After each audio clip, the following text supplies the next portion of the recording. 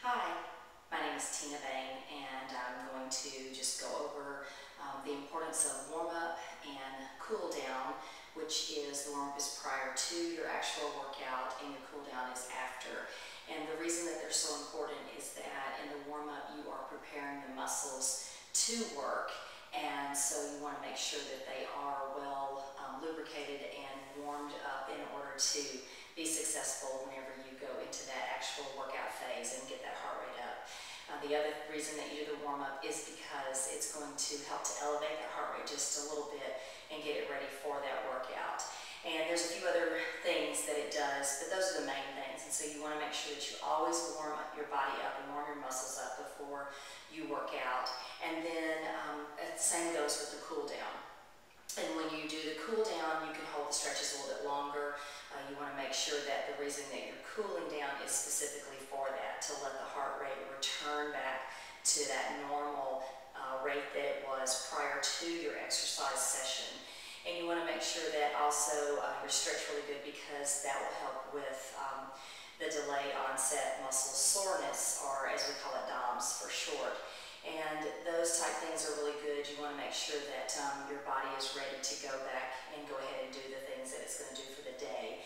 If you don't or you neglect to do the warm-up or the cool down, then you set yourself up for injury in both areas, in the beginning and the end. And also you're just not preparing your body for that workout that you're going to have, for that higher intensity that you're going to take it to when you're doing your workout. So I just want to go over a few different ways to warm up, and I'm not going to take a long time in that. I'm going to kind of do them really, really quickly, and then also just to show you a couple of stretches that you can do at the end and how you can take that so that you're ready to go, and when you get your workout done, you're ready to go into your day. So whenever you do your warm-up, you want to start with the larger muscle group, and you want to, you can just march in place, or you can do a light jog or whatever. You can march out wide, you can march in, it doesn't matter. You want to start with the big inhales. You want to open up the body, inhaling and exhaling. You want to do what's called an active stretch, and so we don't want to really hold the stretch so much. So what I usually do in class is that I get people marching, and I get them into just a little tap out so that they're into their warm-up, and then we want to take them lunge a little bit, okay, so that they're getting that hamstring active, getting that hamstring ready to work. And then we're also working their shoulders here. We want to take it up, press it down again. You want to bring the elbows back again. See, I haven't stopped moving because you want to keep that body going. Bring it around, stretching for that upper body. So when you get ready to take it to the lower, you can sit, you can stretch very lightly, but then you want to lift it up. Okay, so again, active stretch.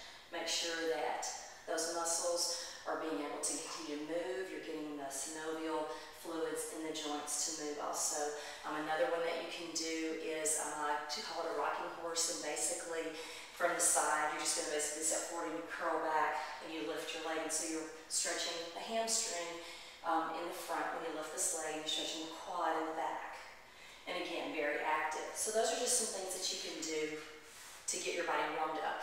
And you want to do that from anywhere from 3 to 5 minutes. So it's just movement, okay? It's not holding that stretch, but it's active movement. So then you do your workout for however long that is, 20, 30 minutes, whatever you've got. And then when you get ready to go into your cool down, you never want to sit down immediately. You want to make sure that you are moving around the room. Go back to your walk, go back to your jog, like jogging into the walk.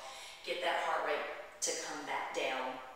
And when you feel that that heart rate is at a nice pace and it's still going to be coming down a little bit, then you actively can take those stretches and then hold them. So you can take your hamstring stretch and actually hold it. And again, you never want to lock your knees out. You want your hands up high. You never want your hands pressing on the knees. So basically the hamstring stretch here, if you want to reach a little farther, you can. Again, you want to just keep your back in a neutral position. So that would be for the hamstrings. Again, holding them for just a little bit. Then whenever you go into your stretches for your quads, so basically you're just going to pick that foot up. And if you can't reach right here and grab the foot, your options are basically just bend the leg. Keep the knee straight down towards the floor. You don't want it up or out to the side, but just straight. And then that's going to help stretch that quad in the front.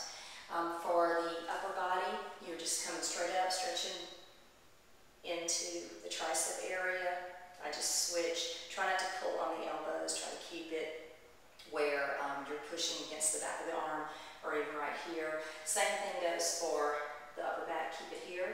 And then if you want to come into the lower back, again, you're just going to round it right here. Again, keeping those hands up high. For the upper body, you can open it up and stretch it here. You can bring it on around.